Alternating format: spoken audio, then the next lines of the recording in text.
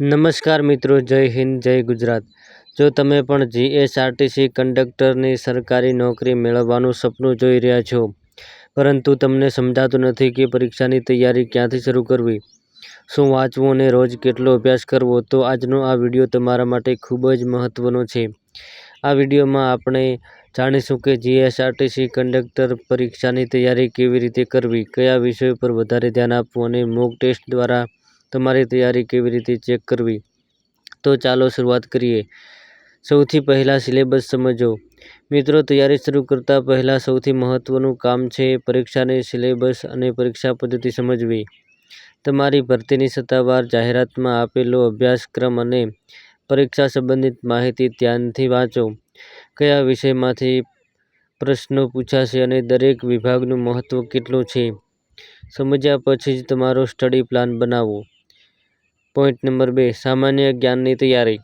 GSRTC કંડક્ટરની તૈયારીમાં સામાન્ય જ્ઞાન માટે તમારે ખાસ કરીને ગુજરાત અને ભારત સંબંધિત મહત્વના વિષયો વાંચવા જોઈએ, જેમ કે ગુજરાતનો ઇતિહાસ, ગુજરાતનો ભૂગોળ, ભારતનો ઇતિહાસ, ભારતીય બંધારણ, ગુજરાતની મહત્વપૂર્ણ માહિતી, રાષ્ટ્રીય પ્રતીકો, મહત્વપૂર્ણ દિવસો, સરકારી યોજનાઓ, સામાન્ય વિજ્ઞાન, કરંટ અફેર્સ. દરરોજ થોડો સમય સામાન્ય જ્ઞાન માટે ચોક્કસ ફાળવો. પોઈન્ટ નંબર 3, ગુજરાતી વિષય. ગુજરાતી ભાષા અને વ્યાકરણની તૈયારી પણ સારી રીતે કરો.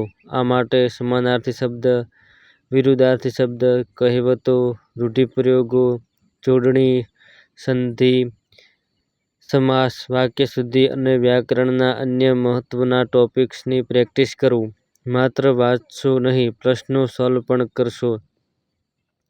પોઈન્ટ નંબર 4, ગણિત અને રિઝનિંગ.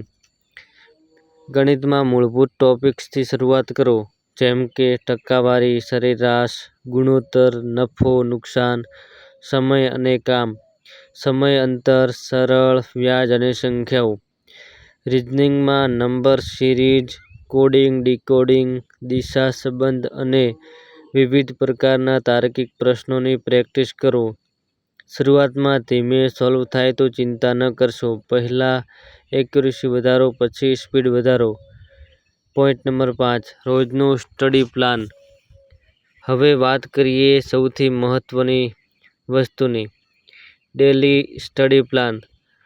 જો તમે દરરોજ 4 થી 5 કલાક આપી શકો છો, તો તેને આ રીતે વહેંચી શકો છો: 1 કલાક ગુજરાતી માટે, 1 કલાક સામાન્ય જ્ઞાન માટે, 1 કલાક ગણિત અને રિઝનિંગ માટે, 30 મિનિટ કરંટ અફેર્સ માટે, 30 મિનિટ એમસીક્યુ પ્રેક્ટિસ કરો. અને છેલ્લે થોડો સમય દિવસ દરમિયાન જે વાંચ્યું છે તેનું રિવિઝન કરો. તમારી પરિસ્થિતિ પ્રમાણે સમય ઓછો કે વધારે કરી શકો છો, પરંતુ નિયમિત અભ્યાસ સૌથી મહત્વનો છે.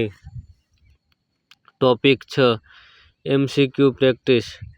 મિત્રો, સરકારી પરીક્ષામાં માત્ર વાંચવાથી કામ નહીં ચાલે. દરરોજ ઓછામાં ઓછા કેટલાક એમસીક્યુ પ્રશ્નો સોલ્વ કરવાની ટેવ પાડો. જે પ્રશ્નો ખોટા પડે તેની અલગથી મિસ્ટેક નોટબુક બનાવો.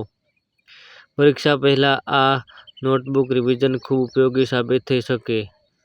પોઈન્ટ નંબર 7, મોક ટેસ્ટ આપો. દર અઠવાડિયે મોક ટેસ્ટ આપો. મોક ટેસ્ટ આપતા વખતે પરીક્ષા જેવો માહોલ બનાવો. નક્કી સમય રાખો અને શક્ય હોય તેટલું પેપર સમયસર પૂર્ણ કરવાનો પ્રયાસ કરો. ટેસ્ટ પછી તમારા માર્ક્સ કરતાં પણ મહત્વનું છે કે તમારી ભૂલો ક્યાં થઈ તે શોધો. જો ગણિતમાં વધારે ભૂલો થાય છે, તો ગણિતને વધારે સમય આપો. જો જીકે નબળું છે, તો જીકેનું રિવિઝન વધારી. આ રીતે તમારી તૈયારી ધીમે ધીમે મજબૂત બનશે.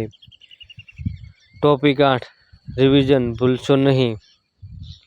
ઘણા વિદ્યાર્થીઓ નવું વાંચતા રહે છે, પરંતુ રિવિઝન કરતા નથી. આ ભૂલ ન કરશો. તમે આજે જે વાંચો છો તેનું થોડા દિવસ પછી રિવિઝન કરો.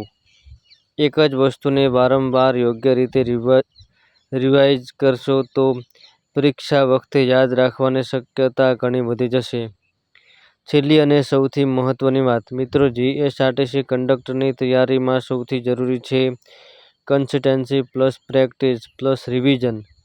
એક દિવસ 8 કલાક ભણવું અને પછી 3 દિવસ ભણવું નહીં. તેના કરતાં દરરોજ 3 થી 4 કલાક નિયમિત ભણવું વધારે સારું છે.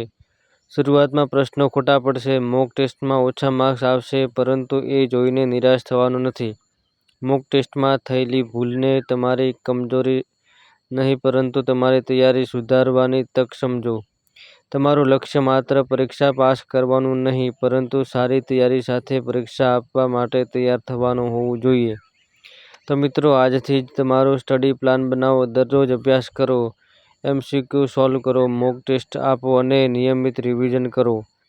જો તમારું લક્ષ્ય GSRTC કંડક્ટર નોકરી મેળવવાનું છે તો તૈયારી આજથી જ શરૂ કરો.